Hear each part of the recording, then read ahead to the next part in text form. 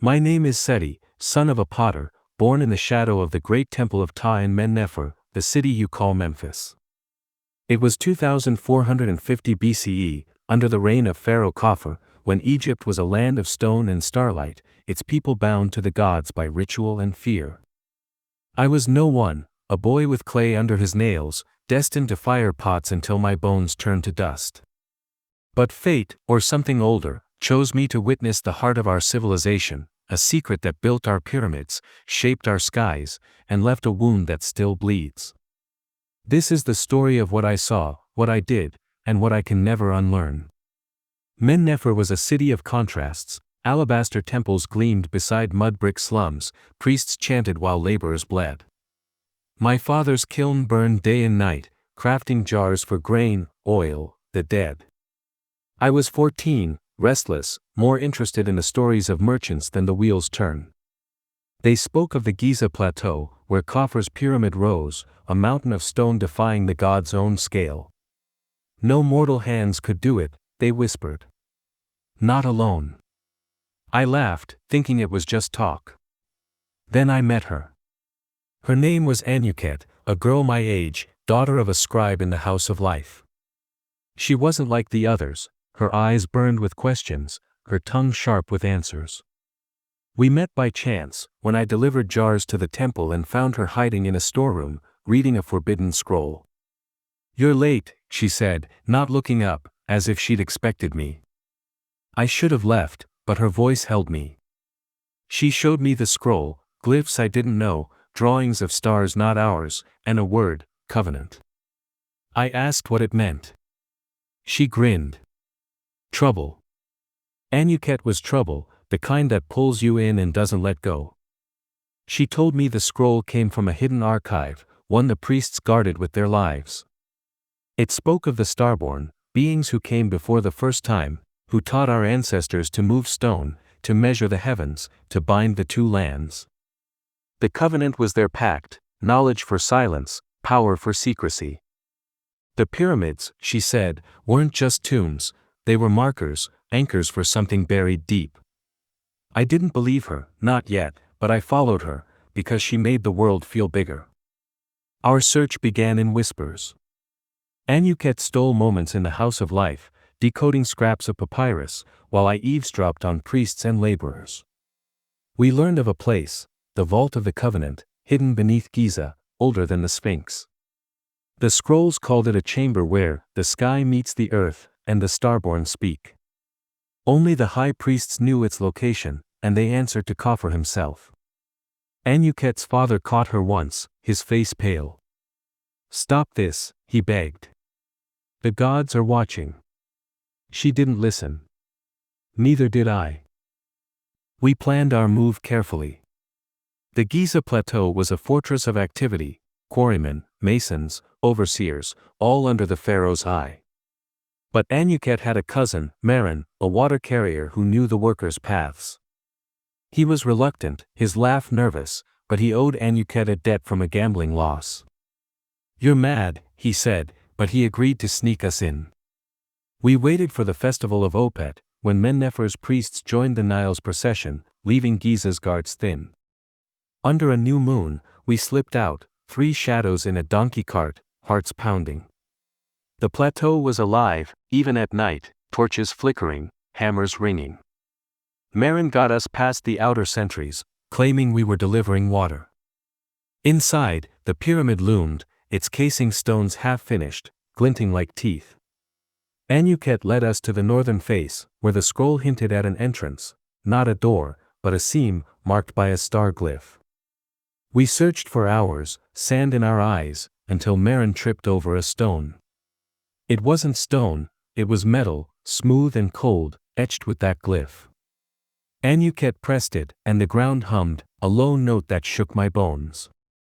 A slab slid open, revealing a tunnel, black as the Duat. Meren wanted to run. This is cursed, he whispered. Anuket ignored him, lighting a torch. I followed her, and Meren, cursing, came last. The tunnel was narrow, its walls polished like glass, reflecting our flames in warped shapes. No dust, no carvings, just that hum, growing louder, pulling us down. After what felt like hours, it opened into a chamber, and I stopped breathing. The room was circular, its dome ceiling painted with stars, constellations I didn't know. In the center stood a pillar, not stone but crystal, pulsing with violet light. Around it, the floor was inlaid with silver, spiraling to a single point where a rod lay, black and gleaming, no longer than my arm. Anuket approached the pillar, her torch trembling. "This is it," she said. "The vault." I felt it too. The air was heavy, alive, like a storm waiting to break. Marin stayed by the tunnel, muttering prayers to Osiris. I touched the rod, and it burned, not hot but sharp, like a needle in my mind. The pillar flared, and the dome above shifted, stars moving, forming a map, not of our sky but another. Voices came, not sound, but thoughts, overlapping, asking, "Who?" I dropped the rod, gasping, and Anuket grabbed my hand. "They're here," she whispered. We didn't see them, not then, but the hum changed, sharpening into a tone. Marin screamed, "We're dead," and ran, his torch falling. Anuket picked it up, but the chamber was shaking now, dust sifting from the dome. I grabbed the rod, stupid, reckless, and the pillar's light surged, showing images in the air, cities of light, rivers of fire, figures tall and thin, their eyes like stars. They weren't gods. They were something else, and they built this place. The voices grew louder, covenant. Keep. I didn't know what it meant, but I knew we trespassed. We fled, the rod in my tunic, the tunnel collapsing behind us. Marin was waiting outside, pale and shaking. "Never again," he said, but Anuket's eyes were alight. "We found it," she said. "The Starborn's truth." We hid in Mennefer's slums, avoiding patrols, but the rod wouldn't stay quiet. It hummed, even wrapped in cloth, and at night, I dreamed of those cities, those eyes. Anuket stole more scrolls, piecing together the covenant. The Starborn had come millennia ago, shared their tools, rods, lights, ways to move stone, but demanded silence. The pyramids were their legacy, built to seal their power, to keep their world from ours. The vault was the lock, and we turned the key. Trouble came fast. The priests noticed the scrolls missing, and Marin, terrified, betrayed us. He didn't mean to, he was drunk, boasting to a guard about secrets. They took him at dawn, and by noon, they were hunting us. Anuket's father hid us in a grain cellar, his face grim. "You've woken something," he said. "The temple knows." He gave us a name, Imhotep, not the architect, but a priest, a keeper of the covenant, sworn to guard the vault. He was old, hidden in a village south of Mennefer, and he was our only hope. We fled down the Nile, disguised as fishermen, the rod burning a hole in my mind. The river was kind, its current swift, but the hum followed, and so did the priests. We reached the village at dusk, a cluster of huts under date palms. Imhotep was there, frail but sharp, his eyes like Anuket's, full of questions. He didn't flinch when I showed him the rod. "You've broken the covenant," he said, not angry, just tired. He told us the truth, the Starborn weren't gone. They watched, from beyond the vault, waiting for Egypt to prove itself. The rods were theirs, tools to shape stone, to harness the earth's pulse, but they drew from a source, a well of power under Giza, dangerous if overused. Imhotep showed us his own rod, worn but alive, and a tablet, not papyrus but stone, glowing with glyphs.